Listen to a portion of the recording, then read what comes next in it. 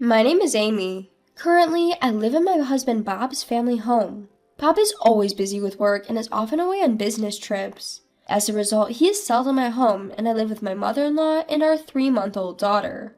Bob's father had already passed away. There used to be another person in our household, Bob's sister, but she had to move out due to her job. Bob's sister was always kind to me, so I liked her. It was sad when she left, but there was another reason why I wanted her to stay. My mother-in-law named Karen keeps harassing me. "Hey, Amy, what are you doing? The brat is crying. Go comfort her quickly." She said this while pointing at my daughter. Could you please stop referring to her as a brat? She's your granddaughter." "So what? I hate the sound of a crying child. Just do what I said. Comfort the brat." So I had to interrupt my chores and comfort my daughter. But then, if I don't progress with the housework, she'll be upset about that too. Finally, when my daughter fell asleep, I resumed my work. But then Karen started berating me again. "Stop letting the baby sit on the floor. It's in the way." "Well, but you were the one who said not to spend money on a bulky crib that she'll outgrow soon." "Then carry the baby on your back. Just stop letting her sleep on the floor. It's so inconvenient during the day." With Karen shouting like that, my daughter woke up again. Reluctantly, I picked up my daughter and carried her on my back while I continued with the chores. By 3 months, the baby starts to get quite heavy, and carrying her on my back is a significant burden. Given that I had to do housework in such conditions, my work speed slowed down considerably. Somehow, I managed to finish all the chores by dinner time, but Karen was, "How can you be an unfit housewife if you spend all day and not make much progress with the housework? If I were younger, my mother-in-law would have slapped me, and she was abusive to me again." I was mentally exhausted. After putting my daughter to bed late in the night, I reached out to my husband. "So, your mom is being completely unreasonable."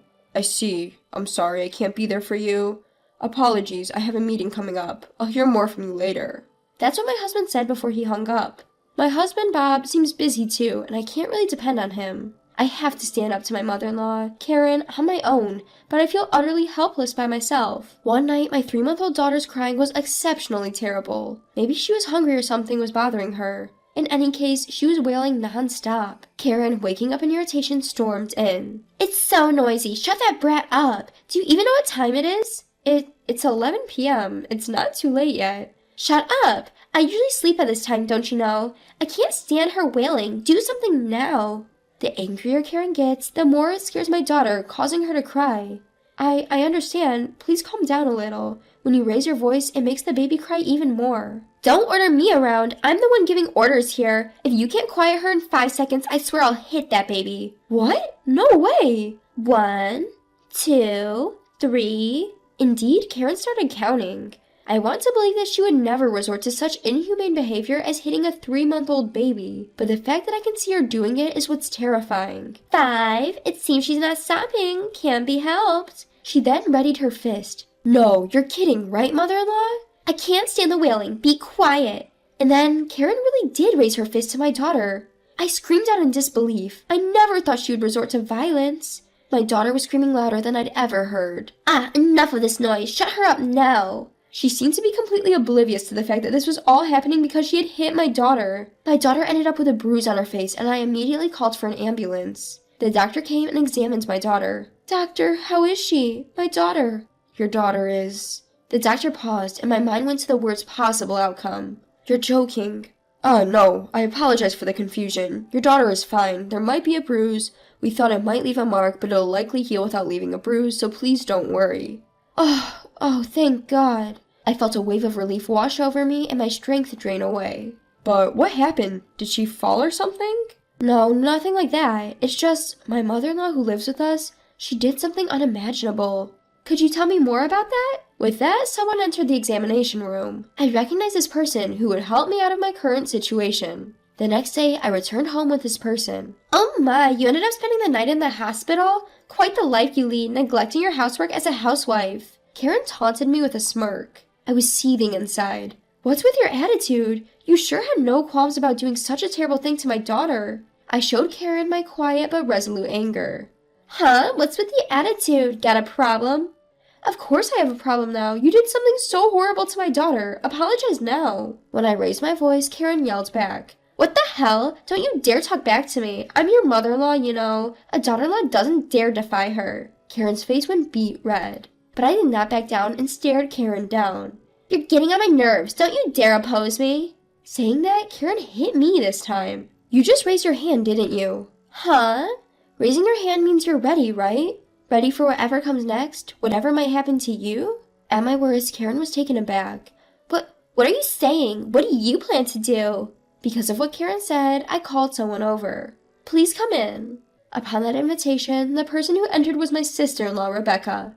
Rebecca, why have you come back? I heard Amy's baby had to be rushed to the hospital, so I came as fast as I could. What on earth are you doing to Amy and the baby, Mom? Rebecca was quite furious. Seeing Rebecca so upset, even Karen seemed taken aback. And of course, she would be. After all, Rebecca's a lawyer. Don't tell me you're going to do something as a lawyer just because I might have lost my temper. Karen trembled as she said this. What are you talking about? It's obvious we'll sue, right? I've already told Rebecca that. What? What are you thinking? There's no way I'll allow that.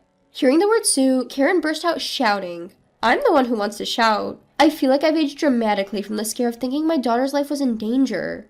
Mom, there were clear marks on the baby. It's clearly an assault. And you also just physically threatened Amy, didn't you? You could be charged with battery for that. Hold on, this is just a little family communication. To sue over something like this, don't you think it's a bit hasty? Despite Karen's desperate excuses, I wasn't having any of it. Don't say such nonsense. Can't you see I'm angry?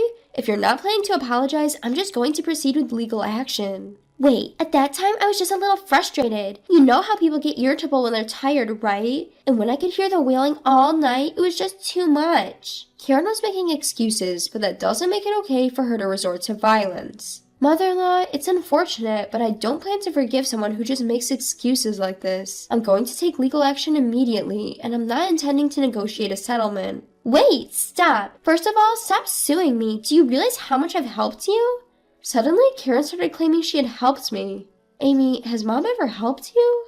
No, not at all. Rather than helping, Mother-in-law has only been a hindrance, and even criticizing my housekeeping. I see, and she's talking about having helped. I wonder what she's talking about. Rebecca and I gave Karen a cold stare. I said I helped you, didn't I? Why are you looking at me like that? I did help Amy. When Amy was tired and sleeping, I quietly did some housekeeping. Ah, could it be that you're the one who's been waking up in the middle of the night to snack? I wish you'd stop. It's really bothersome. What? I left some for your breakfast, didn't I? That's just my kindness. That's not what I call kindness. You're just handing me your leftovers, and it was too little to be called breakfast. Plus, you left the dishes without washing them, so it actually made my chores even more difficult. Mom, that's just terrible. Rebecca was appalled at Karen's actions. Hey, don't look at me like that. I have my own troubles too, you know. Troubles? Like what exactly? The truth is, I'm well aware of my own harmful behavior. Karen surprisingly admitted this. You're aware of your harmful behavior? You know, I tend to lash out when I get mad. I understand that it's not right, so I want to change this habit, but people can't always change as easily as they want. Even if I keep telling myself how bad it is, I just can't control myself. Karen continued speaking through her tears. At this rate, I might end up hurting even those I care about the most. Amy, I need you to help me reform. You can tie me up if you need to. Do whatever it takes to make me repent. Karen even ended up prostrating herself. Wait, please calm down, mother-in-law. I think we should talk this through first. Just talking isn't enough to apologize to you. Be stricter with me. Otherwise, I just can't forgive myself for... Karen was genuinely crying, and it seemed she was truly remorseful. Thinking this, I was about to forgive Karen. But then, Amy, don't be fooled. What? Whenever she's in a tight spot, Mom plays a victim to stop being blamed. This is her usual tactic. Even if she does it in front of her own daughter, she can't hide her scheme. What? What are you talking about? I have no idea. I would never think of such a thing. This is just... But Karen was clearly flustered. Looking closer, even though she was crying so much just moments ago, her tears had already dried. She must have been pretending to cry. I can't believe it, mother-in-law, to go to such lengths to evade responsibility? Wait, hold on. I wasn't trying to run away from my mistakes. I just wanted to voice my feelings. Karen was trying to make yet another weak excuse. There's no way such an excuse would work on me. Please, enough with this, mother-in-law. I'm tired of your complaints. All I'm going to do is to proceed with legal actions. My mind is made up. As I said that, Karen's face turned beet red with rage. How dare you? Why should I have to hear such things from you? Do you think I'll just sit by while you take legal actions against me? Although Karen was shouting those words, another person entered the house.